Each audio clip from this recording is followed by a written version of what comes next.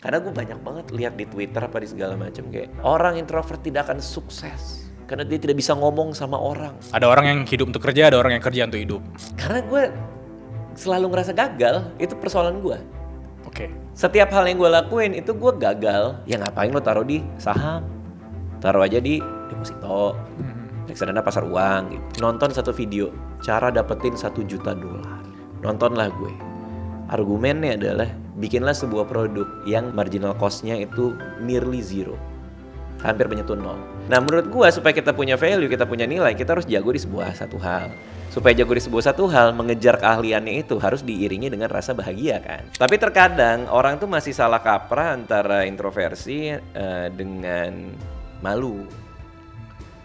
Gua sama sekali gak punya malu. Yang lebih membuka mata dibanding punya anak. Yang lebih membuka mata dari semuanya adalah Halo semuanya, kembali lagi di podcast Suara Berkelas.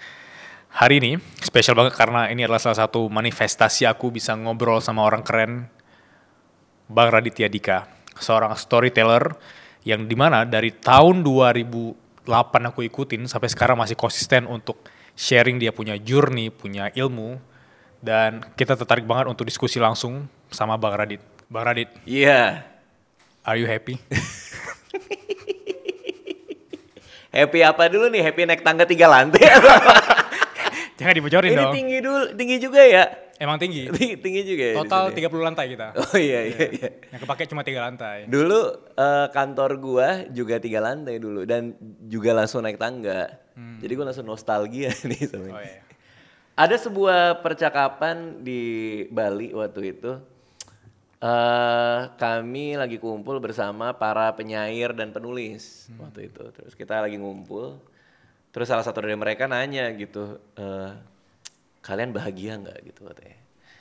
Terus ada yang bilang kayak bahagia gitu. Satu orang nanya, apa itu bahagia gitu, ya kan? Terus ada satu teman lagi penulis juga bilang, ya bahagia itu ketawa, senyum, senang gitu. Enggak, itu gejalanya dia bilang. Itu gejala bahagia, tapi bukan itu bahagianya. Terus kita diem selama berapa ya? Mungkin sekitar 15 menit, 20 menit. Habis itu lapar. Ya. Habis itu makan. Habis itu selesai. Udah selesai ceritanya. Berarti gak ada yang tahu definisinya. Berarti bahagia itu ketika kita lapar dan kita makan. Iya betul. Tapi artinya kita berkumpul bersama para penyair dan penulis untuk mendefinisikan kebahagiaan aja kita nggak bisa. Menurut lo apa? Menurut lo? Kalau menurut aku sih, ketika kita menghabiskan waktu kita hari ini 24 jam dan kita tidur tanpa penyesalan. Itu bahagia. Bahagia. Oke, menghabiskan waktu 24 jam tidur tanpa penyesalan. Pas tidurnya ya, ngebawa ke kasurnya ya. Pas dibawa ke kasur tuh Pas berarti mau kan? tidur, pas baca doa nih, tidur kan. Wah, hari ini Gak nyesel. gak nyesel. Kayak Hari ini gak nyesel. gak nyesel. Itu definisinya. Iya. Berarti bahagia. Iya. Berarti bahagia. Bahagia. Karena kegiatan gua saat ini adalah untuk mengisi semua hal dengan hal-hal yang bikin gua tidak punya penyesalan itu. Jadi tuh buat gua waktu adalah komoditas yang sama sekali nggak bisa diganti. Yes. Itu salah satu currency yang gua nggak bisa kompromi waktu. Makanya kalau misalnya gue meluangkan untuk ngelakuin sebuah hal ya gue pastiin itu membahagiakan buat gue gitu. Maksudnya artinya gue konten gitu, tidak ada penyesalan di dalamnya. Jadi kalau definisinya itu iya, karena gue sangat selektif dalam menghabiskan waktu gue. Jadi ya sih gue happy menjalani semuanya. Tapi tentu ada ketidakpuasan di beberapa hal ya. Kayak contohnya bikin apa masih banyak kurangnya, kita perbaiki, kita apa, iya tentu. Cuman gue in general kayaknya sih gue happy ya kalau dalam konteks definisi yang seperti itu gitu sih.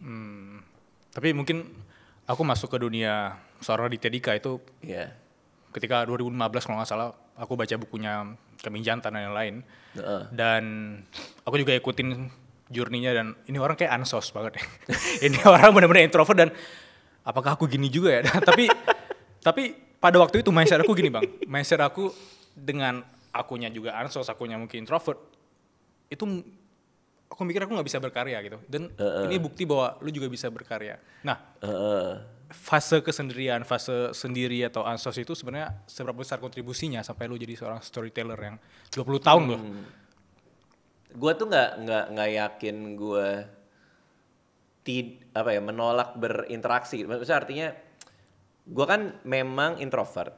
Artinya gue pernah mengambil tes itu introvert. Introversi itu buat gue memang gue introvert gitu. Tapi terkadang orang tuh masih salah kaprah antara introversi dengan malu. Gua sama sekali nggak punya malu. Gak punya malu bang? Nggak malu aja, gue nggak pernah malu gue.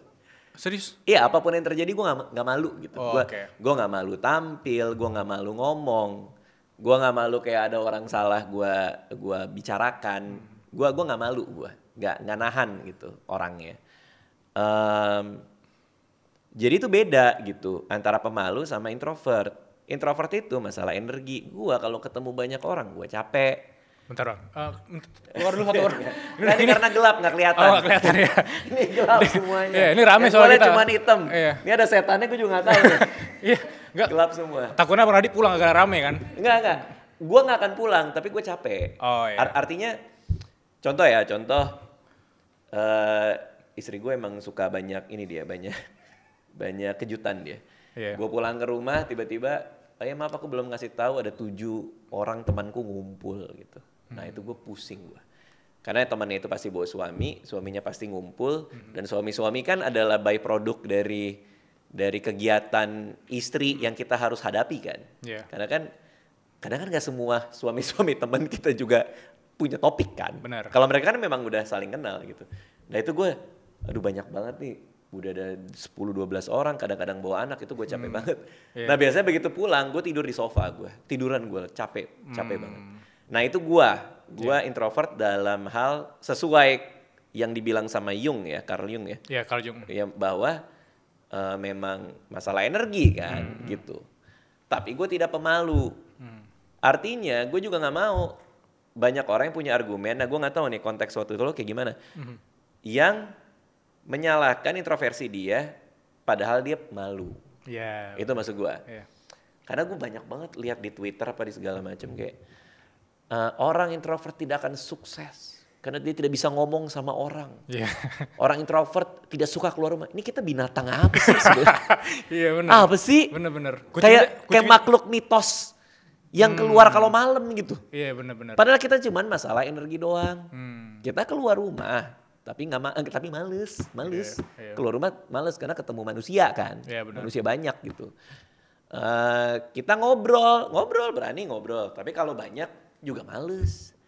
Karena stimulasinya terlalu banyak. Gue capek kalau banyak banyak stimulasi di kiri kanan gue gitu.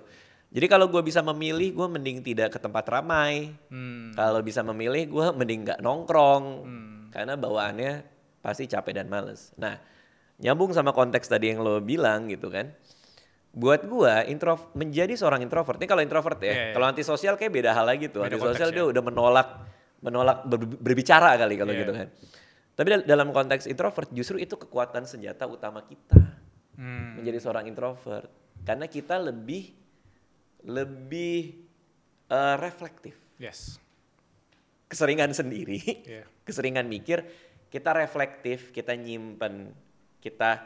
Kita memahami, kita berpikir. Ketika ada orang, energi kita harus pas gitu dikeluarkannya untuk orang ini. Buat gue justru menjadi seorang introvert adalah modal terbaik untuk menjadi. Kalau tadi kan lo bilang lo stand up comedian juga ya. Di bidang seni justru. Iya. Jadi beban orang kirain gue lucu terus bang. Padahal kan konteksnya nggak lucu. Justru stand up comedian itu kalau lo introvert tuh modal luar biasa. Karena orang introvert biasanya lebih gampang terganggu. Benar. Terganggu tuh artinya, kok gini ya? Ini aman gak ya? Ini apa gak? Nah itu modal yang luar biasa buat jadi komedian. Karena lo gampang punya sesuatu yang lo gelisahkan gitu. Iya, bahkan dalam konteks nulis ya. Iya. Aku boleh jujur bang, buku pertama aku tuh terinspirasi dari cara lo nulis gitu? Kambing betina ya kalau nggak salah. Oh enggak. Beda jenis kelamin. Oke, sebelum kita lanjut ngobrol dengan Bang Radit, aku cuma mau bilang, aku Bilal Faranov dan temanku, Agus Rio Halim, kita bakal sharing workflow dan sistem kita lebih dari 5 tahun di industri kreatif. Hanya di Edutify Ruang Kreatif. Ada banyak kreator-kreator keren yang lahir dari ruang kreatif dan aku yakin kamu bakal jadi salah satunya. Ada 12 kali live Zoom modul dan 1 offline selama 1 bulan penuh dan kamu juga bisa dapetin 100 jam lifetime access recording video yang bikin kamu level up di dunia kreatif. Bootcamp ini cocok banget untuk kamu yang bingung harus mulai konten dari mana dan bagi kamu yang udah ngonten tapi bingung harus monetisasi bagaimana. Di sini kita nggak cuma ngajarin teori, tapi kita bedah studi kasus baru praktisi. So, sampai jumpa di Edutify Ruang Kreatif. Back to podcast. Ya, buku pertama terinspirasi dari cara lo nulis. Dan akhirnya terbitlah buku pertama gue judul Inspirasi ya. Dan ya, gue mau ucapin thank you banget. Siap. Kalau ya. Siap. Dan ya karena lingkaran inspirasi nggak akan putus. Itu yang Dewi Lestari ngomong ke gue tuh. Gue bikin buku karena Dewi Lestari. Suatu hari gue nge-tweet, ada yang bilang, Bang gue terinspirasi dari lo, gue bikin buku. Terus gue bilang, oh karena gue terinspirasi dari Dewi Lestari untuk punya buku juga. Terus Dewi Lestari, Mbak Di, nge-tweet gue. Terus dia bilang, ya rantai inspirasi tidak akan pernah putus gitu. Jadi entah siapa orang-orang lain yang akan nulis buku karena buku lo juga gitu. Buat gue biasa aja karena gue masuk di lingkaran itu sih. Bagi teman-teman yang mau nonton podcast aku dengan Dewi Lestari ada di sini. Ada, udah pernah ngobrol? Jadi nyambung kan? Soft selling ya di sini. Siap. FYI juga, studio ini juga dibangun oleh Dewi Lestari? POV. Bukan dong. Lucu nih orang. Kayaknya komika ya. Baru tahu bisa nyemen doi. Jadi ruangan ini emang terinspirasi dari vibe-nya introvert. Introvert banget gak sih? Kayak gelap gitu. Gue awalnya ngeliat, gue pikir referensi lo si Diary of CEO. Kalau dilihat sih Diary of CEO terang ya. Oh iya terang. Kalau kita waktu itu The Minimalist, kalau abang tahu. Oh tahu. Ya The Minimalist ya. Sama Rich Roll ya. Rich Roll itu siapa? Rich Roll podcast. Oh ada ya? Ada. The Minimalist iya sih, bener The Minimalist. Jadi ini apa? Vibe introvert nih? Vibe introvert. Betul, bagus sih digelapin orang-orang. Iya. Bener-bener gak kelihatan, betul. Kita ngomongin konteks yang mungkin banyak teman-teman yang nonton ini tertarik kali ya. Kerja. Boleh, gimana tuh? Banyak yang bilang kerja tuh beban ya? Kerja itu beban. Iya. Oke. Ada orang yang hidup untuk kerja, ada orang yang kerja untuk hidup. Nah dari POV Radit nih. Terus sebenarnya ngelihat kerja tuh gimana sih? Dan kelihatannya fun-fun aja nih, Radit kayak kerja santai gitu. Uang masuk terus gitu ya. Karena pegangan gue kan omongannya Naval tuh. Naval Ravinkan tuh yang dia bilang, carilah pekerjaan di mana orang ngelihatnya lu kayak main-main. Orang ngelihatnya lu kayak kerja tapi rasanya kayak main-main. Jadi buat gue ini semua cara gue bersenang-senang kalau buat gue. Makanya ketika orang bilang kerjaannya apa, gue juga nggak tahu karena semuanya gue seneng gue ngelakuinnya. Kalau buat gue, stand up comedy kalau gue nggak dibayar pun gue akan ngelakuin karena itu terapi buat gue.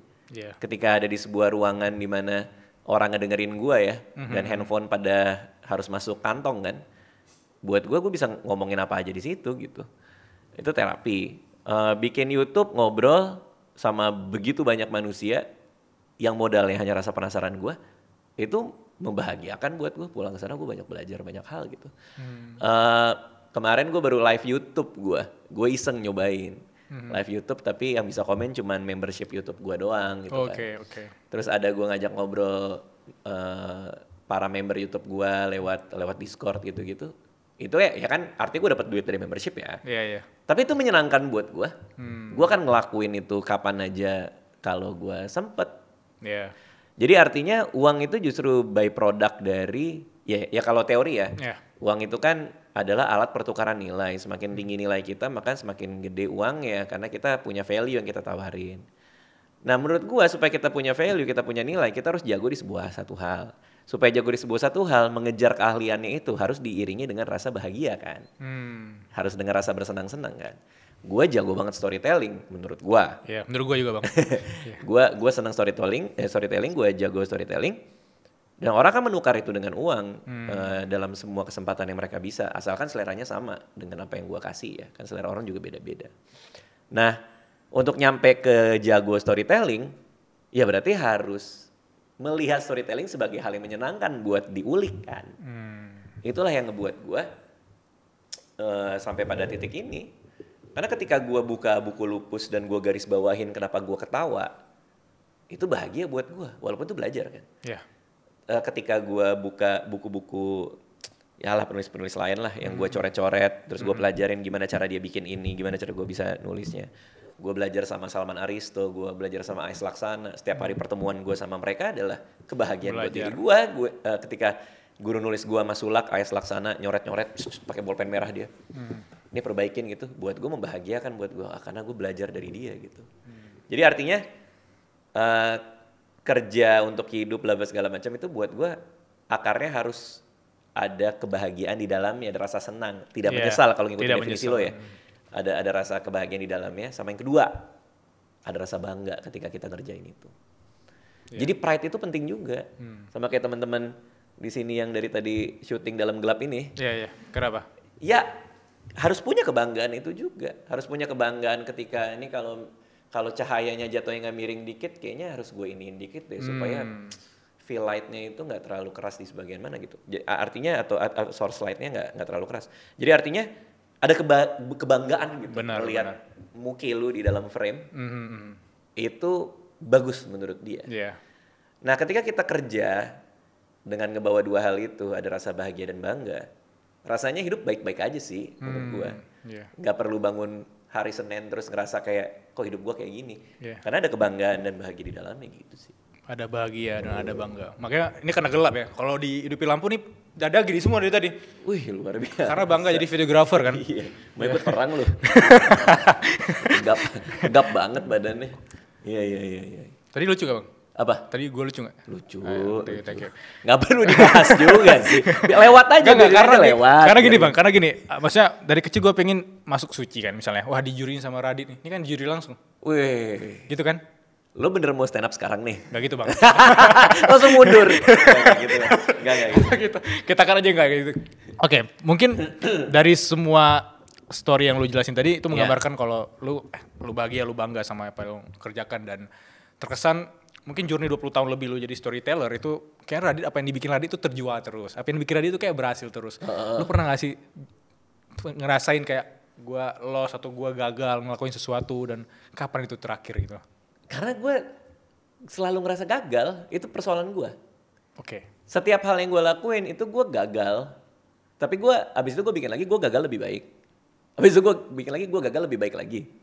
Artinya kayak gimana ya? Gue bikin Malam Minggu Miko episode 1 deh. Itu gambarnya masih burik, apa segala macam. Terus pas gue nonton, kok gak bagus ya? Oke, episode 2 gue akan pastiin bahwa kameranya tidak grainy ketika scene-scene malam. Bikinlah gue episode 2. Terus gue lihat kameranya memang sudah tidak grainy apa segala macam. Kok ngambil gambar gue tuh ketika gue ngarahin DP-nya, kameranya kok agak kagok-kagok ya. Oke deh, nanti kalau jadi dibeli sama Kompas TV, episode 1 gue bikin lebih. Jadi gagalnya itu gue cicil. Jadi gue tuh gak pernah bikin sesuatu di mana gue bilang ini masterpiece. Itu gak pernah gue seumur hidup gue. Karena perjalanan gue adalah mencari magnum opus gue tuh apa gitu ya. Which is gue gak bakal bisa dapat menurut gue. Tapi itulah kenapa gue bikin mulu. Karena setiap itu gagal lebih baik. Gue bikin buku Timun Jelita yang pertama gitu kan. Terus banyak tuh yang bilang kayak halamannya terlalu tipis. Terus elaborasi plotnya tuh kurang ke karakter yang lain segala macam. Oh ya udah gue bikin buku yang kedua. Dengan catatan yang itu. Jadilah terbitlah Timun Jelita kedua. Gue bikin mini album Timun Jelita, which is gue menciptakan 4 lagu di dalamnya. Begitu keluar, orang-orang bilang, ini kok mixingannya agak kurang bagus ya, karena suara vokalisnya jadi agak mendem. Oke, gue catet. Jadi dari yang kedua, mixingannya gue lebih perbaikin. Artinya, gak pernah gue seumur hidup gue ngeluarin sesuatu, terus gue bilang, sukses nih gitu, gue gak pernah. Masalahnya itu. Mindset. Itu gue nggak tahu adalah sebuah berkah atau kutukan ya untuk punya perasaan itu ya. Karena kalau lu pernah nonton stand up comedy gue yang sekarang ya maksudnya ya, yang kan gue lagi bikin special show, cerita sial, cerita sebel, cerita cinta. Ini lah cerita sialku, tinggal 1 kota lagi di Pekanbaru. Pekanbaru ya. 61 show Pak. Di show kan 60 kemarin di Solo. Udah 60 show. Pecah, rame, orang pada ketawa. Begitu selesai, gue biasa aja. Gue manggil tim gue. Sini namanya Winnie sini. Tadi yang kurang apa? Kayaknya gue masih ini deh, masih ngeraba di bagian ini. Udah 60 show. Tetap yang gue tanya jeleknya di mana gitu. Jadi artinya gue nggak tahu ini muncul dari mana rasa ini. Tapi ini yang ngebuat gue jalannya jauh banget. Ini yang ngebuat gue produknya banyak. Ada film, ada stand up, ada apa, ada ini YouTube hampir tiap hari lagi. Iya. Iya kan? Kadang-kadang gue kadang-kadang tuh sampai kayak ditelepon adek gue, are you okay dia bilang. Iya. Bukan are you happy gitu ya? Iya bukan. Bang, are you okay? Lu banyak banget ngeluarin ini itu. Iya. Di sela-sela tour gue ngeluarin mini album dan buku, dia juga kayak are you okay? Iya oke aja gitu. Jadi artinya karena dorongan itu sih, dorongan nggak punya rasa puas itu gitu. Itu sih kayaknya. Oke, itu menarik, kita garis bawahi ya. Gak punya rasa puas. Tapi lu pernah ngerasa cukup gak sih? Kayak dalam konteks apapun ya. Iya. Apakah dari sisi finansial kayak cukup, apa versi cukupnya Radit itu? Cukup, enough is enough. Iya, konteks apa? Finansial. Boleh finansial, boleh apapun yang lu ngerasa oke, gue cukup di sini. Karena beda konteks, beda jawaban pasti. Boleh. Kalau kita bicara finansial, dana pensiun gue terkumpul tahun 2019. Dana pensiun gue udah gue kumpulin, udah ada. Artinya gue bisa berhenti kerja. Saat ini juga gue udah punya dana pensiun untuk menghidupi gue sampai mati. Dan keluarga gue. 2019 sudah terkumpul, terseok-seok ngumpulin ya dari tahun 2005. Bukan sekarang. Bulan lalu lagi lumayan nangis sih karena Porto kan kebakaran ya. Iya benar. Gara-gara Trump tiba-tiba agak bete sama semua dunia ya. Iya, bad mood semua ya. negara di dunia. Memang betul. Tapi itu pun juga masih nggak apa-apa. Gue masih bisa tahan dengan dana pensiun gue yang kebakaran pun masih bisa lah gitu. Kalaupun mau pensiun. Artinya sudah cukup nggak? Cukup. Kalau kita bicara finansial cukup. Dan gue juga orang nggak neko-neko, ya udah ya seadanya aja, secukupnya aja apa yang gue butuhin. Sehingga kalau pertanyaan lo merasa cukup finansial ya cukup aja gitu. Cuman ya kadang ada lah ya, kalau gue kan tipe yang punya tujuan keuangan. Adalah sekarang karena dana pensiun udah ada, apa nih tujuan keuangan lain? Nah gue pernah disikat Om Deddy nih, gue bilang sekarang tujuan keuangan gue yang baru adalah dana nikah anak. Ngapain lu harus ngumpulin dana nikah anak? Ya udah nggak apa-apa lah. Kalau dia juga nggak mau nikah kan nggak apa-apa juga. Yang penting kan gue siapin. Ada anak ini tetangga kan. Betul, yang bisa gue nikahin. Iya. Betul, gak usah ngasih ide ke tetangga gue. sorry. Tetangga gue nyatet nih. Oh, bisa nih dipakai. Takutnya dia baper kan Dananya Alea bisa dipakai. Iya. Kalau ada yang nanti malam ke rumah berarti Pak Sabto tuh. Betul. Siapa namanya? Pak Sabto bukan? Pak Sabto. Oh. Akrab juga lu sama tetangga gue ya. Bukan. Bukan ya. Nah, tapi artinya apa ya? Artinya kayak kalau sisi finansial cukup aja buat gue gitu. Gitu sih saat ini ya. Aku pernah dengar beberapa podcast yang orang naik ke Raditya Dika kayak kalau aku punya 1M harus kemana, harus ngapain segala macam. Ini konteksnya teman-teman. Emang ada Raim terakhir kalau nggak salah nanya kalau dia punya 1M masih. Oh iya. Betul. Nah, seserius itu gue ikutin dulu, Bang. Iya kan. Gue aja lupa. Ya, makasih ya teman-teman udah riset. Oke. Yeah. Oh, riset ternyata. Ternyata riset ya. Jadi teman-teman suara berkelas justru banyak yang DM kita yang nanya ke kita kayak, "Bang, jangan 1M dah. 100 juta pertama aja kita lagi struggle." Nah, kita masuk ke dunia teman-teman suara berkelas yang 20-an deh. Kalau punya uang 100 juta pertama. Kalau punya nih berarti, bukan cara dapat ya. Kalau punya, oke. Kalau punya. Let's say mereka udah dapat 100 juta pertama, apa jual digital produk atau apapun. Dari POV Radit, harus ngapain? Harus ngapain dengan duit 100 juta? 100 juta, apakah itu invest atau apa? Kalau Radit bisa balik ke versi 20-an dan baru dapat 100 juta pertama deh, boleh juga. Oke, ada beberapa hal nih. Yang pertama, gue punya ide bisnis apa enggak? Kalau gue punya ide bisnis, tentu sebagian uang itu akan gue pakai sebagai modal.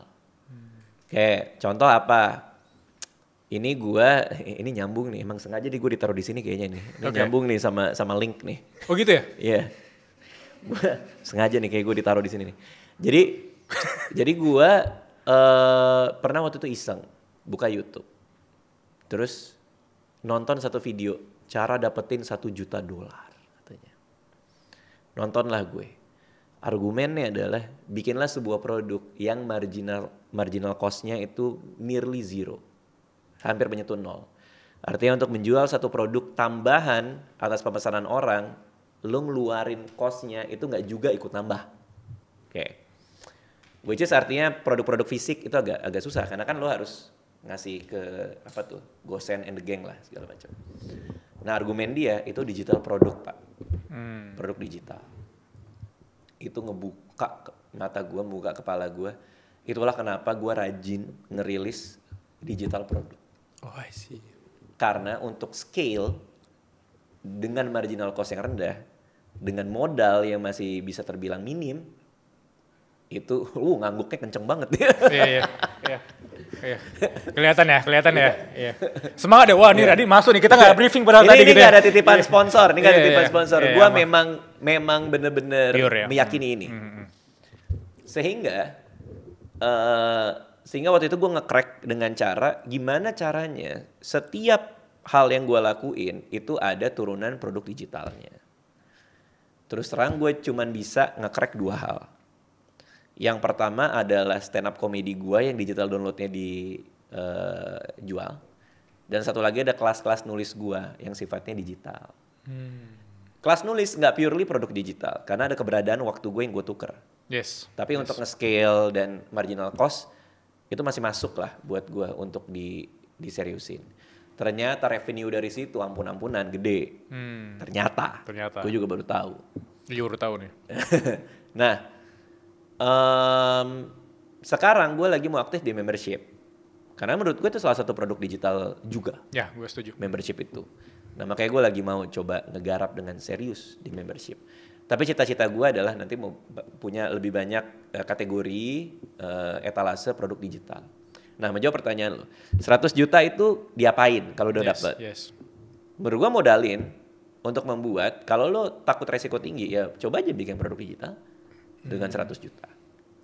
Apa bentuknya gue nggak tahu, tapi gue kasih contoh satu dari gue. Gue spending hampir, kalau gue hitung sekitar 10 juta sampai 12 juta mungkin ya. Kalau di total semua ya. Kelas-kelas cara bikin lagu. Itu gue belajar. Gue gak jago bikin lagu, bukan profesional. Tapi gue ikut kelas-kelas itu. Ada di studio $250. Ada di Udemy 300 ribuan. Udemy. Pokoknya gue beli, belajar. Dan gue bikin lagu. Dan gue berdapat laporan royalti dari DSP gue. Nah itu akhirnya dapat duit dari situ. Artinya duit 100 juta bisa lo pakai buat modal yang kayak gitu-gitu. Modal membekali diri lo untuk membuat produk-produk digital yang cocok dan sesuai passion lo gitu. Nah, tapi kalau posisinya adalah duit 100 juta ini sudah dipakai buat modal dan sudah nggak tahu di modal apa lagi, berarti kita lari ke investasi kan. Benar. Nah, jawaban gue selalu, lo kalau punya duit, investasi itu tergantung tujuan lo apa. Tujuannya ngapain buat investasinya. Nah, instrumennya dicocokin sama tujuan. Udah gitu doang. Mau liburan tahun depan. Mau liburan 6 bulan lagi deh. Ya ngapain lo taruh di saham. Taruh aja di deposito. Reksadana pasar uang gitu. Mau pensiun kayak gue. Kapan? 20 tahun lagi. Ya taruh aja di saham. Baik reksadana saham maupun saham individual gitu. Baik di dalam maupun di luar. Kalau lo ngerti cara ngurang-ngurangin pajaknya. Maksudnya perhitungan pajaknya bener gitu ya. Tapi artinya adalah kalau mau investasi cocokin sama tujuannya aja udah gitu dong. Gitu gue masuk ke dunia lo karena gue juga di industri kreatif. POV seorang Radit ketika berkarya sebelum nikah dan sekarang jadi ayah itu bedanya apa? Bedanya sekarang banyak dapat bahan. Makanya bikin tour. Iya oke. Banyak ngomongin karena kan stand up dari kegelisahan, dari keresahan. Yeah. Gue kan resah banget sama 3 manusia di rumah itu. Iya benar. Istri anak-anak gue. Berarti sama yang kayak pembantu supir lain aman ya? Hah? Sama mbak segala macam. Aman, karena aman saat ya? ini paling meresahkan mereka. Berarti nggak 3 orang dong? Hah? Enggak, mereka yang 3 orang ini. Oh, oke. Istri 2 anak gue. Itu kan ada aja gitu, ada aja yang bikin gue sebel gitu. Makanya gue jadiin materi. Dan kenapa gue rajin bikin tour? Karena banyak yang nanya ke gue. Bang Radit, lu sebelum nikah lu nggak pernah tour stand up keliling Indonesia. Sekarang setelah nikah lo malah tour stand up keliling Indonesia. Kenapa? Padahal di rumah ada anak sama istri. Ya jawabannya karena di rumah ada anak sama istri. Ini usaha gue lari dari mereka semua. Gue keliling emang biar weekend gue tenang aja gitu. Tapi ya Buat gue yang pertama itu, setelah nikah banyak keresahan-keresahan baru yang bisa gue gali. Setelah nikah perspektif gue soal berkarya jadi berubah. Tapi tahu nggak, ada yang lebih membuka mata dibandingkan pernikahan. Gak tahu bang, apa tuh? Dia jauh. Ya, yang lebih membuka mata dibandingkan pernikahan. Yang lebih membuka mata dibanding punya anak. Yang lebih membuka mata dari semuanya adalah 40 tahun, Pak. Ulang tahun ke-40. Ulang tahun ke-40. Iya. Raditya Dika udah 40 tahun. Lu gue siram lu. Enggak, bentar. Ini pas di hooknya. Poinnya bukan itu. Poinnya bukan gue tua. Enggak, bentar. Raditya Dika udah 40 tahun, terus editornya ting. Tapi lo tau gak gue 40? Tahu kan bila kontennya 40 Pelajaran 40 ya, pelajaran. 40 pelajaran untuk 40-an. Iya. Pak, itu begitu gue ulang tahun ke-40. Gue ngerasa semuanya mundur sekarang. Jadi dulu. Lu belum ngerasain umur lo berapa? 27. Ya Allah, gue dengernya marah gue. Terlalu muda ini. Iya, emang kelihatan tua sih. Nah, lo harus bayangin nih. Ketika 27, lo ulang tahun ke 28. Itu masih maju. Masih maju. Gue mau ngapain lagi umur 29 ya. 28 gue ngapain lagi ya, 30. Maju Pak, lo forward thinking aja udah. Gue begitu 40, angka harapan hidup di Indonesia itu sekitar 71-72 mungkin ya. I only have like 31 years lagi kan. Artinya gue udah setengah nih. Setengah udah habis nih. Kalau ngikutin angka harapan hidup. Bisa aja gue amit-amit tabrak truk tinja kan di jalan pulang kan gue nggak tahu ya.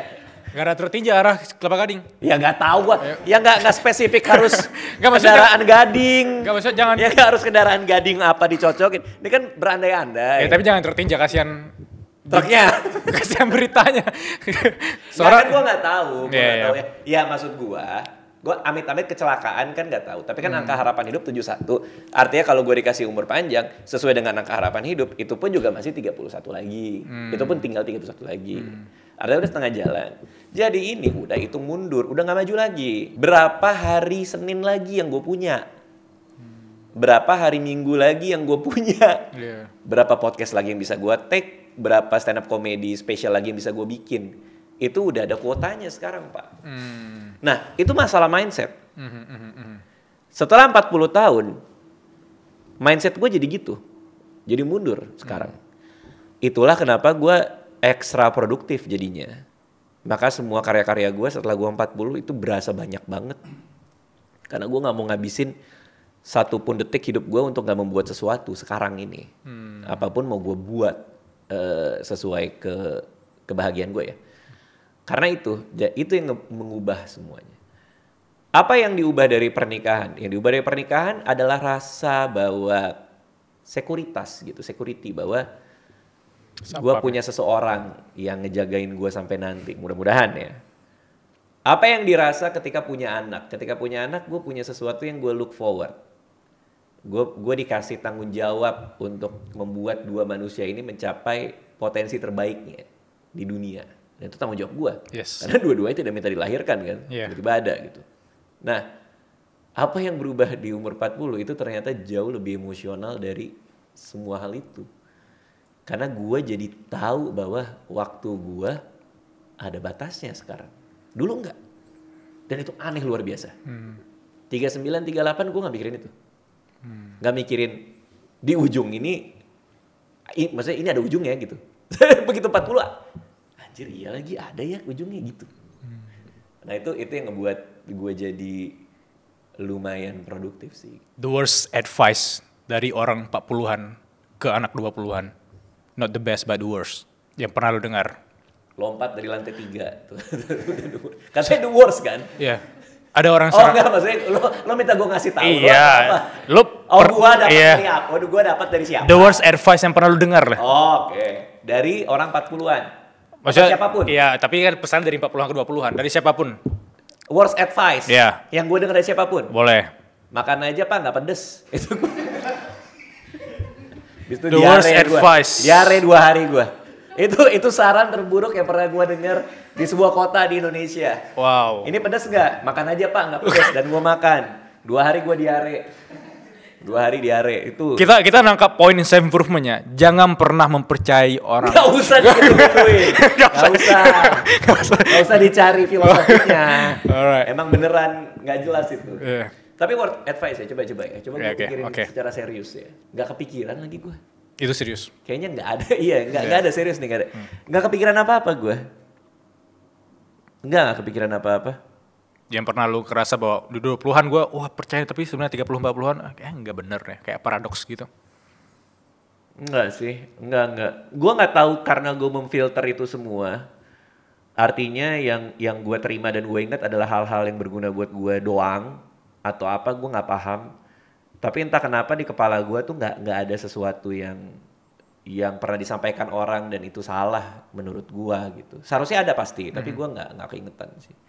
Mungkin something soal uang kali, kayak bikin sesuatu harus laku, mungkin along the line yang kayak gitu kali. Kita harus laku atau penonton Indonesia banyak nggak ngerti jadi harus dikasih yang gampang-gampang, which is banyak yang ngomong ke gue pada saat itu. Itu menurut gue saran yang buruk gitu, karena kita nggak boleh menganggap penonton itu bodoh sebenarnya. Kita harus menghargai mereka dengan ngasih konten yang baik gitu, yang selevel, maksudnya yang bisa di-digest lah menurut kita gitu. Oke, Q&A kali ini disponsori langsung oleh Linkit. Linkit adalah creator's best friend. Bagi teman-teman yang mau punya website keren, landing page keren, mau jual digital product dan lain, aku rekomendasiin banget untuk pakai Linkit.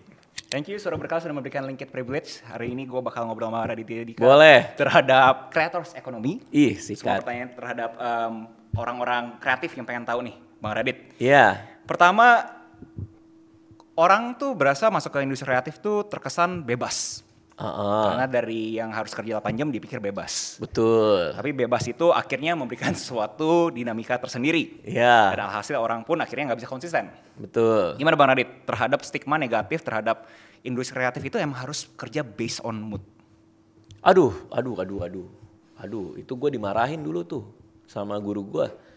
Jadi gue punya guru nulis. Waktu itu gue cerita ke dia, Mas kok bisa nulisnya rajin banget nulis dan bisa bikin terus tulisan. Padahal kita kan kadang nggak mood ya gitu. Terus dia bilang ke gue, Radit jangan kalau jadi penulis nggak boleh cengeng, dia bilang. Wah itu nohok banget buat gue. Karena berarti selama ini gue cengeng. Kalau nulis gue harus di tempat yang gelap. Kalau nulis gue harus dengerin lagu. Ini aplikasinya buat kegiatan kreatif lain lah ya. Kalau ngelukis, kalau nulis, kalau apa. Jadi omongan dia itu benar-benar nusuk banget. Dan gue nggak mau menganggap diri gue cengeng. Menulis hanya bisa, sebuah seni itu hanya bisa keluar dengan kondisi-kondisi tertentu seperti mood yang baik gitu. Itu gara-gara dia. Setelah itu gue bisa nulis di dalam mobil, lagi gerak gue bisa nulis. Gue pernah nulis di Singapura, studio IMAX baru buka saat itu. Gue di dalam studio IMAX, gue nonton film kurang seru buat gue. Gue pergi ke A1, buka laptop, gue nulis, jujung gue nulis. Bisa gue. Sampai hari ini gue bisa. Gue di HP bisa, di kertas bisa, di tisu bisa. Jadi gue gak percaya yang namanya mood. Gue percaya sama alasan yang membuat kita aman gitu. Maksudnya gampang ya nyalahin mood dibanding nyalahin kita kan. Karena aku tidak salah, aku tidak bisa nulis karena bukan salahku, salah moodku. Aku tidak bisa bikin ini karena bukan salah aku. Ini karena ruangan ini tidak terlalu dingin buat aku gitu. Kan paling enak nyalahin yang lain dibanding diri kan. Jadi ketika kita udah bisa bebasin itu, produktivitas pasti akan jauh lebih naik sih gitu. Coba gue kasih perannya netizen kali ya. Peran netizen biasa mengasosiasikan dengan hasil. Gue nggak mood makanya hasil jelek gitu loh. Jadi mereka tuh tidak bisa menerima realita bahwa hasilnya jelek gitu. Betul. Terus? Mungkin dari ceritanya Bang Radit terkesan kayak seakan-akan memberikan kesan kayak hasil jelek tuh sesuatu yang normal gitu. Iya. Nah gue kalau lagi nulis terus nggak mood kayak tadi kan, lagi nggak apa segala macam, kan gue paksain karena nggak boleh cengeng dong. Gue kalau lagi nulis nggak mood gue paksain, hasilnya jelek hasilnya. Tapi satu halaman tulisan jelek lebih bagus daripada tidak ada halaman sama sekali. Karena satu halaman tulisan jelek bisa diperbaiki jadi lumayan. yang suatu hari satu halaman tulisan lumayan bisa diperbaiki jadi baik. Satu hari satu halaman tulisan baik bisa jadi halaman layak terbit. Tapi kalau 0 halaman selamanya akan jadi 0 karena nggak ada yang bisa diapa-apain. Artinya membiasakan diri untuk membuat sesuatu yang jelek itu penting juga, itu skill juga tuh. Skill dan keahlian untuk gue bikin pasti jelek, it's okay, I will make it better gitu. Jadi rasa-rasanya sih sebagai pekerja kreatif ya biasain aja bikin yang jelek-jelek sih.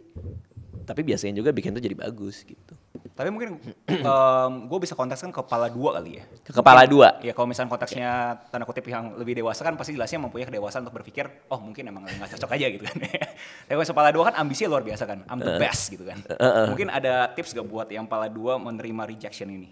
Karena gue udah terlalu jauh sama kepala 2, udah setengah umur gue. Kalau mau memotivasi ya, kalau kita bicara soal motivasi lah. Saran itu pun gue juga dapetin di umur gue yang 20-an. Perubahan mindset itu gue dapetin di umur 20-an. Mungkin orang-orang 20 tahunan itu kan masih sangat dekat dengan ego kan. Ego yang membara-bara kan. Bahwa akulah yang terbaik, akulah yang paling hebat kan. Nah bayangin anak 20-an kayak gue, di mana buku pertama yang ditulis bestseller langsung. Kami jantan. Tiba-tiba dibilang cengeng sama guru sendiri. Itu kan lumayan menyakiti. Oh, setelah berarti? Iya, lumayan menyakiti ego kan. Nah untuk itulah makanya gue tidak mau untuk jadi cengeng gitu. Ya rasanya mungkin teman-teman yang 20, kalau kita mau poking ke ego mereka, emang lo mau kalah sama diri lo sendiri? Bukannya lo penguasa dari badan lo dan pikiran lo sendiri, masa lo kalah sama hal-hal di luar itu gitu. Gitu sih. Bang Radit sebagai yang udah berkarya di segala macam profesi dari penulis, filmmaker dan segala macam, kalau dimakrokan proses kreatif apa yang menurut Bang Radit udah nomor 1 ini gue harus prioritaskan? Jelasnya semuanya sama pentingnya lah. Tapi kalau ngomong skala prioritas ada satu keterampilan gak yang harus gue asah terus gitu? Keterampilan atau aspek kali ya, aspek aja ya. Dari semua proses kreatif yang paling penting dari semuanya itu development. Development itu yang terbaik. Gua nggak akan berani bikin apapun kalau gua nggak run through development proses. Artinya bikin buku Timun Jelita, gua punya story developer. Artinya gua tektokan sama dia yang babat abis semua ide-ide gua. Begitu udah selesai gua tulis sendiri. Taruh ke editor yang ngebabat gua, di develop lagi sama editor. Development itu yang paling krusial, 100% nomor 1 yang harus dilakuin. Artinya berbagi ide dan rela ide itu dikeroyok rame-rame sama orang-orang. Itulah proses development, dikembangkan bersama-sama. Semua konten YouTube itu melalui proses development, stand up comedy gua. Padahal gua datang sendiri bawa mikrofon, tampil depan banyak orang. Itu aja melalui proses development. Gua ada stand up comedy developer sendiri yang tugasnya ada mengembangkan ide-ide gue. Yang akhirnya gue balikin lagi, dia balikin lagi. Terus kita ngetes ke penonton. Film apa lagi? Film, development film tuh bisa 3 bulan sendiri. Kalau dilawan sama kontras sama stand up komedi lead time-nya sama 3 bulan juga. Kalau stand up kita 2 bulan. Kalau ini gua. Oke. Kalau pace gua. Pace-nya 2 bulan baru show. Jadi lead time-nya 2 bulan gitu. Yes, kalau gua. Oke. Kalau gua. Film kenapa 3 bulan? Karena kita ketemu seminggu sekali. Jadi sebenarnya kalau bisa dipadetin kayak stand up mungkin bisa sebulan 2 bulan juga sih sebenarnya ya. Kalau mau gokil gitu ya. Kalau mau itu. Tapi development itu nggak bisa enggak. Sayang banget seorang seniman yang tidak melalui proses itu. Ada keterampilan apa gak di development yang benar-benar harus difokuskan? Contoh mungkin menulis kah, review dan audit, apa yang satu aktivitas yang nggak bisa di shortcut pas development ini? Menerima kritik pasti. Karena itu paling susah di awal-awal. Makanya kelas-kelas nulis di luar negeri, di hari pertama mereka belajar nulis, si instrukturnya biasanya bilang, mana tulisannya ditaruh di atas meja, tulis di atas meja. Sekarang oper ke sebelah kanan. Teman-temannya suruh komentarin jeleknya di mana. So we have to learn untuk handling criticism kan. Kenapa? Karena itu yang paling penting dalam proses development. Di mana idenya bersedia dikritik dan dikembangkan. Itulah the whole point of development. Nah sayangnya banyak seniman, banyak penulis, banyak komedian yang ngerasa apa yang dia bikin adalah bayi dia yang tidak boleh disakiti siapapun. Nah itu justru yang paling berbahaya kalau buat Self image-nya udah terlalu ekstrim gitu. eh, rasa sayangnya terhadap karya dia udah terlalu tinggi sehingga tidak bersedia dicampuri tangan orang lain. Oke, itu masuk ke poin kita sebelumnya lah, di mana kita harus mempunyai ego yang kita coba. Buat gue itu berbahaya. Kalau gue udah sampai level itu, buat gue itu berbahaya gitu. Karena gue jadi nggak punya mata yang fresh untuk melihat apa yang gue bikin. Bang Radit menurut gue kan agak unik ya, pekerja kreatif tapi backgroundnya itu malah industri finance, ya kan? Nah, menurut gue itu bisa kalau bahasa Seth Godin sapi ungu lah. Oke. Di mana ya? Purple cow. Ya, purple cow. Di mana karena Bang Radit punya konteks finance itu yang bikin Bang Radit itu beda gitu. Oke. Nah, ada gak buat di sini yang pekerja kreatif yang pengen tahu, gue juga pengen mempunyai privilege atau keterampilan kayak Raditya Dika dalam bidang finance. Apa satu terminologi atau jargon atau konsep dari finance yang harus gue akuisisi untuk gue memastikan gue itu bisa beda gitu? Untuk bisa beda atau untuk bisa memahami finance? Bisa beda. Bisa beda di finance. Bisa, jadi dia contoh dia industri content creator nih. Apa satu konsep dari bidang finance yang gue harus ngerti buat bikin gue tuh eksponensial gitu? Eksponensial itu maksudnya untuk dia bikin konten atau buat pengayaan diri? Pengayaan diri. Oh, supaya dia jadi wealthy. Contoh, ya. Oke. Belajar compounding return sih. Lagi-lagi sama kayak kata Naval, compounding return itu adalah keajaiban. Itu apa Einstein yang bilang ya? Compounding return adalah salah satu keajaiban dunia ya. Artinya keajaiban nomor 8 nih Bang. Iya, return yang gulung-menggulung. Kalau Naval malah lebih elaborasi lebih panjang lagi. Dia bilang apapun yang kita lakukan sama orang itu compounding return-nya juga ada di situ. Lu partneran sama orang selama 8 tahun, itu gulung-menggulung tuh rasa trust, kepercayaan dan lainnya gitu. Semakin panjang. Lu partneran sama orang baru 2 minggu, itu belum dapat tuh rasa ngegulung kepercayaan dan rasa saling mengerti itu belum ada. Jadi apapun yang kita lakukan dalam hidup, kita harus nyari compounding return itu. Kalau itu argumennya Naval waktu itu.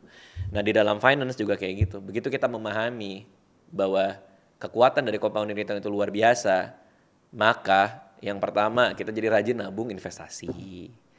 Yang kedua kita juga bisa nahan diri untuk tidak belanja yang aneh-aneh. Karena buat gue mending duitnya buat investasi. Tapi lagi-lagi ini kebiasaan gue dari umur 21 kan untuk invest dan lain-lain. Cuman ini gue lagi di-challenge sama satu buku. Lu pernah baca gak? Die with Zero judulnya.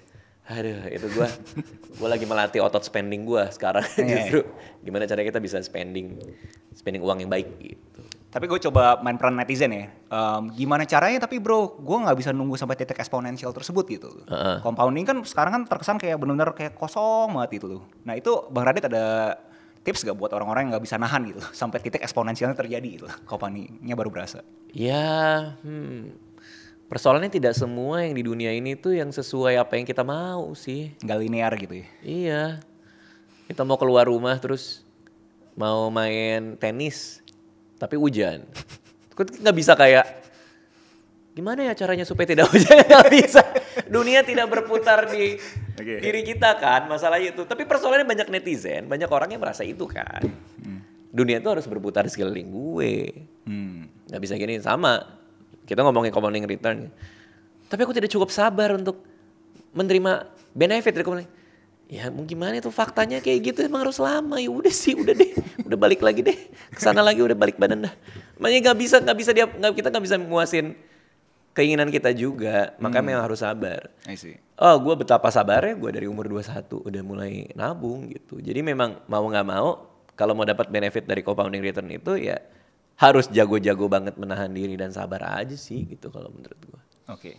Dan kalau tadi kan Bang Radit ada ngomong terhadap Bang Radit tuh buat podcast juga mengejar rasa keingintahuan. Iya. Berarti kan Bang Radit mempunyai open mindedness terhadap gue pengen belajar hal yang baru nih. Tapi pada umumnya atau lebih tepatnya kalau misalnya stereotyping netizen pada umumnya melihat ilmu itu. Ini netizen dari mana sih? Tadi dijadiin contoh kayaknya aneh-aneh banget nih. Pada umumnya itu ngelihat ilmu kan harusnya gratis gitu. Ya. Bang Radit bahkan ikut kelas bahasa Inggris segala macam, menulis gitu. Di era bahkan sekarang nggak tahu Bang Radit mau komentar atau enggak, AI bahkan kan sekarang udah makin canggih gitu kan. AI betul. Itu Bang Radit berasa peranan kelas dan ilmu tuh di mana sih dengan sekarang semua serba ada gitu. Peranan kelas dan ilmu ya. Oke. Yang pertama itu gini deh, gue menjawab pertanyaan kenapa gue beli kelas deh, itu dulu ya. Jadi gue dari sisi gue pribadi nih. Kenapa gue beli kelas ketika informasi gratis di YouTube? Oke, gue kerucutin lagi nih. Kenapa gue beli kelas nulis lagu, bikin lagu, ketika di YouTube orang 1001 bikin tips, bikin lagu. Bule-bule itu banyak tuh, ada channel-channelnya. Kenapa gue beli kelas? Sampai ada yang $250, kalau di Udemy lumayan lah 250.000, 199 itu ada. Kenapa? Karena kalau gue ngeluarin duit, ya berarti ada nilai ekonomi kan yang keluar. Duit itu kan diterima oleh pengelola atau instruktur. Dia ketika dia megang dan dibayar, berarti kan ada rasa pertama profesionalisme untuk bikin kelasnya bagus. Ini kalau kita bicara orang waras yang ngajar ya. Beban mental kan langsung kan. Terus yang kedua, uang itu kan jadi modal dia. Apa modal dia? Modal dia bisa riset lebih lama karena waktu free time-nya dia udah diganti sama uang untuk riset. Dia bisa ngelakuin itu, dia bisa bayar asisten buat ngelola, dia bisa bayar apa segala macam, sehingga jadilah sebuah struktur kelas yang rigid dan bagus. Berkat duit 200.000 gue yang dijadikan modal untuk berbagai macam ilmu pengajaran yang dia punya ke gue. Dan kadang kan duit kayak $250 deh di studio.com, itu kan Charlie Puth yang ngajar. Ya masa di antara waktu dia bersenang-senang, dia harus ngajarin gue gratis. Charlie Puth. Charlie Puth. Kayak ada kerjaan lain aja. Iya. Charlie Puth. Kalau Charlie yang rumahnya mungkin di Mangga Besar, yang mau ngajarin apa, kan gue juga nggak tahu siapa itu. Charlie siapa itu. Tapi kan kalau Charlie Puth, yang memang udah musisi gede, bikin ratusan lagu, dia bilang, gue bikin kelas, cara gue bikin lagu live, gue akan ngelihat gue langsung live. Itu artinya apa adanya, nggak gue cut cara gue bikin dan proses berpikir gue. Ya gue bayar karena ada value-nya kan. Nah kalau argumen gue itu, kenapa gue bayar buat kelas gue? Karena ada value lebih dari tadi. Sisi pengajar yang lebih baik, pedagogi pengajar yang lebih baik, dan semua hal-hal itu. Gitu. Jadi subjektivitasnya tanda kutip yang lo bayar gitu. Subjektivitas dan value kali ya. Iya. Value yang divalidasi harus subjektivitas. Sama gue kan juga ikut ini LinkedIn Learning.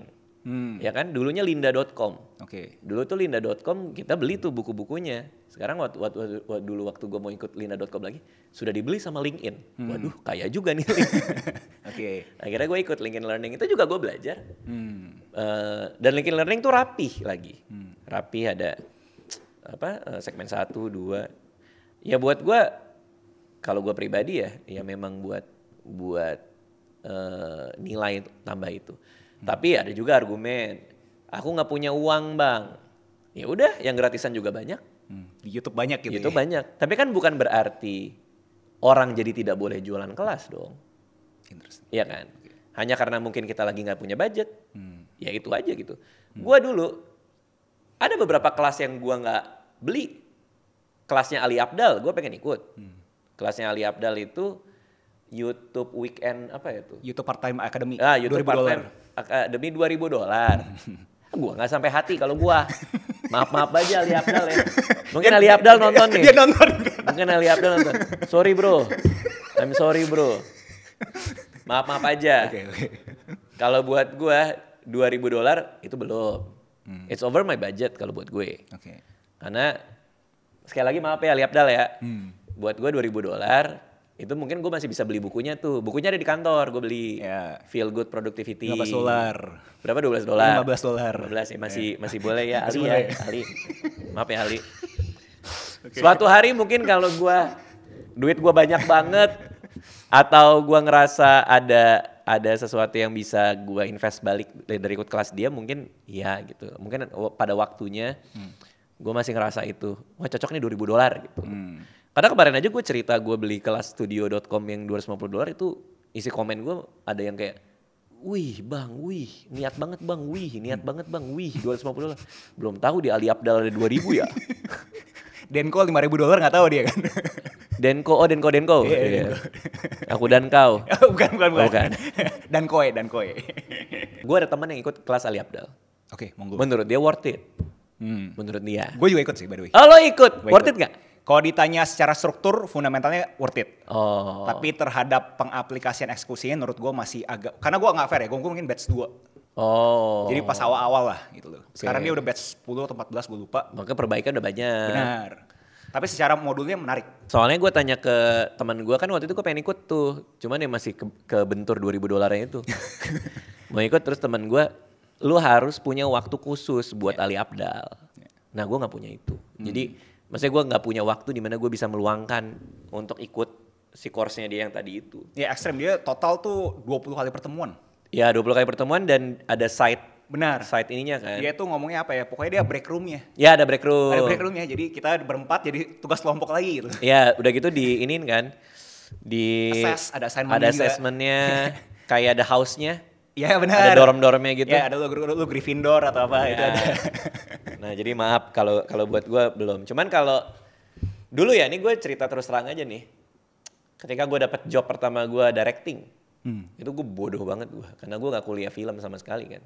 Gak ngerti apa-apa gue.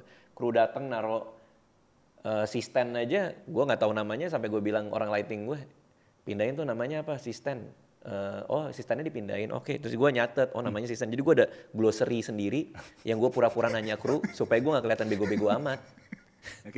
Kalau enggak kan, gue kan direkturnya, ketahuan blow on banget gue, nyuruh-nyuruh kru padahal gue nggak tahu semua terminologi ini kan.